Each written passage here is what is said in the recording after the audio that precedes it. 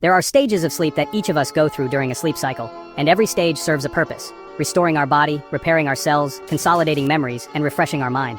But what happens when we neglect sleep, when we ignore the hours our body so desperately needs? This isn't just about the hours you miss, it's about how it alters your health, your mood, and your life. Let me take you back to the best days of my life, my high school years. Back then, I had glowing skin, a cheerful face, and energy that radiated from within. I was always at the top of my class, excelling not just in my studies, but in everything. It wasn't just academic success, it was the confidence that came with knowing my culture, my identity, was something I was proud of. I had a secret weapon: reading. Books were my escape, my source of growth, my joy. I would dive into them each night, eagerly satisfying my mind's desires, and my bedtime, that was sacred. It was my moment of peace, my time to recharge. By 8 p.m., the world would quiet down and I would rest.